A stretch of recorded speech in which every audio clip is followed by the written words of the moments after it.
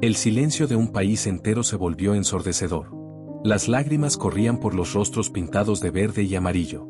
En el marcador, un número que dolía más que cualquier herida, 7-1. Aquel 8 de julio de 2014, el planeta entero fue testigo del derrumbe de un gigante.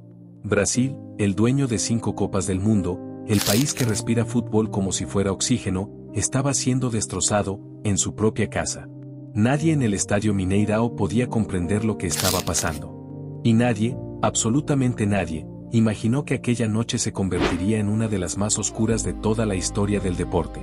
Antes de llegar a esa pesadilla, hubo esperanza. El Mundial regresaba a Brasil después de 64 años. Desde el Maracanazo de 1950, aquella herida ante Uruguay nunca había cerrado. El pueblo soñaba con redención. Era el momento de demostrar que el juego bonito seguía vivo. Durante meses, el país se preparó como si la gloria ya estuviera escrita. Nuevos estadios, himnos, promesas y una sola misión. El hexacampeonato no era una meta, era una obligación. ¿Y quién podía detenerlos? Brasil llevaba 39 años sin perder un partido oficial en casa. Y con Neymar como símbolo de una nueva generación, nada parecía imposible. Pero el destino, como el fútbol, tiene giros que nadie puede prever. Brasil avanzó a semifinales, sí, pero el camino fue turbulento. Errores defensivos, dudas, nervios. Algo no estaba bien. Y entonces llegó el golpe más duro antes del partido más importante. Thiago Silva, el capitán, suspendido. Y Neymar, el héroe, el niño dorado, caído con una fractura en la espalda. Un país entero contuvo el aliento. El alma del equipo había desaparecido. ¿Puedes imaginar lo que sintió Brasil en ese momento? ¿Jugar la semifinal sin su mayor esperanza? Del otro lado, Alemania. Un equipo frío. Metódico. Una máquina perfecta. Müller, Kroos, Klose, Lahm, Neuer. Cada uno, una pieza de precisión alemana. Mientras Brasil jugaba con el corazón, Alemania jugaba con la mente.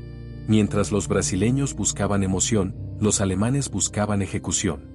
Y cuando el árbitro pitó el inicio, nadie sabía que estaban a punto de presenciar el colapso más brutal en la historia moderna del fútbol.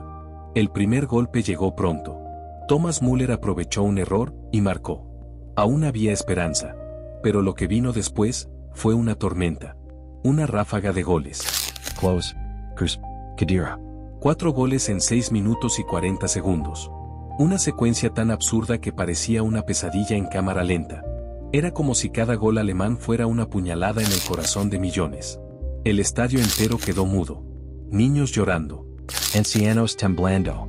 Las cámaras mostraban rostros vacíos, manos sobre la cabeza, miradas perdidas. ¿Dónde estabas tú cuando ocurrió el 7-1? ¿Recuerdas ese silencio? En el otro extremo del campo, los alemanes parecían no sentir. No gritaban, no celebraban. Solo levantaban las manos, casi pidiendo perdón. Sabían que no estaban ganando un partido, estaban presenciando una tragedia. Y entre esos goles históricos, llegó otro símbolo del destino. Miroslav Klose marcó y se convirtió en el máximo goleador de los mundiales, superando al mismísimo Ronaldo Nazario, ante los ojos del país que lo había idolatrado. El marcador al descanso, 5-0. El vestuario era un cementerio de sueños. David Luiz llorando, Fernandinho hundido, Marcelo sin mirar al frente. Pero la pesadilla aún no había terminado. En el segundo tiempo, André Churrerle marcó 2 veces más. 7 goles.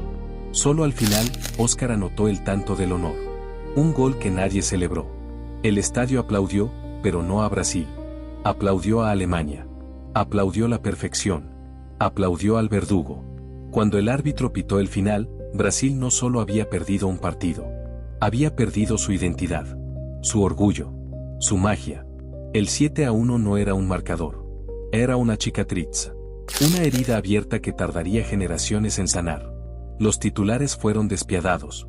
Vergüenza, humillación, desastre nacional. O Globo calificó a todos los jugadores con un 0. Ni siquiera el consuelo del tercer lugar llegó. Días después, Brasil volvió a caer, 3-0 ante Países Bajos.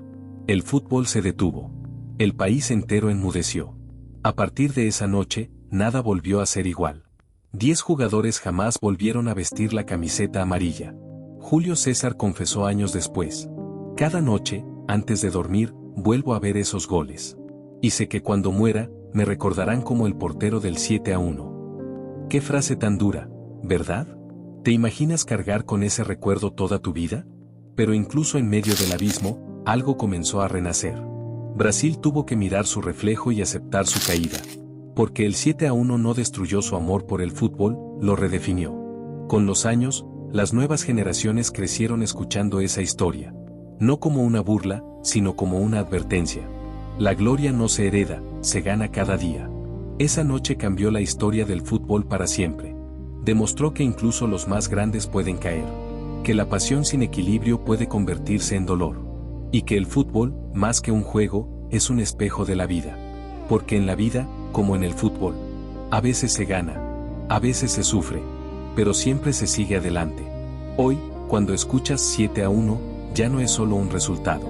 Es una cicatriz en la memoria colectiva.